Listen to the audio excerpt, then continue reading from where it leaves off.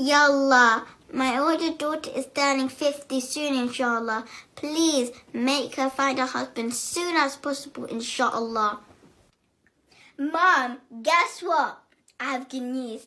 What's the good news? My friend at work, he just turned Muslim and he said he wants to marry me. Alhamdulillah, Allah, thank you. Wait, Nayaha, where is he from?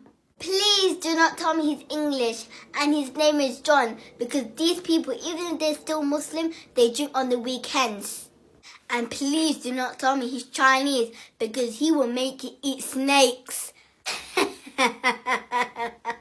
Do not tell me he's Asian, because not only you will be cooking curry, you will be living in his family and you will be massaging his mum's feet. Do not start me with another African. Not only you'll be dancing, you'll be shouting. Do not worry, Mum. He's Somali.